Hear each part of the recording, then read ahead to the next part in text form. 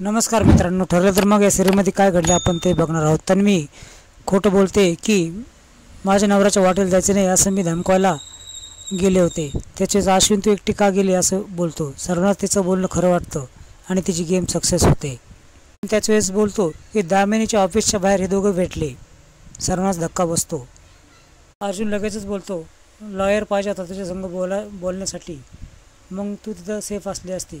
मी माझ्या वडिलांबरोबरच गेले असं तर मी बोलते, पण मला तिथं महिपत दिसला आणि माझं त्याच्याशी बोलणं करण्यासाठी जागा हीच योग्य आहे असं मला वाटलं, म्हणून मी त्याच्याशी बोलले. त्यानंतर तो तुझ्यावर ओरडला का असं अश्विन विचारतो. त्यानंतर खूप चिडला होता हे देखील ती बोलते.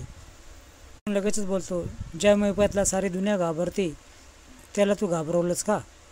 त्यावेळेस तन्वीचा चेहरा पाहण्यासारखा असतो. तन्वी ती देखील वेळ सावरून घेते. अश्विन आणि अर्जुनमध्ये थोडी बाचाबाची होते. अश्विन बोलतो, बायकोडं बारक्याने बघितलं तर माझ्या बायकोतला तुला चांगलपणा पण दिसेल, पण तुला ते बघायचं नाही आहे.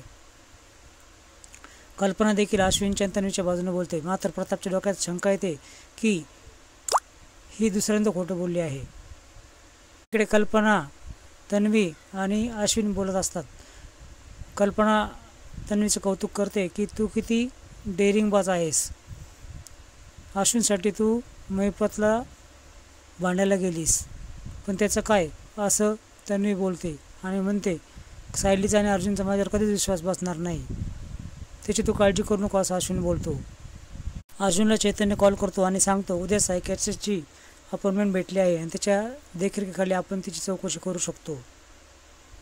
इकडे अश्विन तन्वीकडे एकटं बघत असतो. ही विचार करत असते, हा असा काय बघतोय. त्याच वेळेस अश्विन बोलतो की तू वाघिणीसारखी वागलीस, माझ्यासाठी तू त्याला भांडायला निघालीस.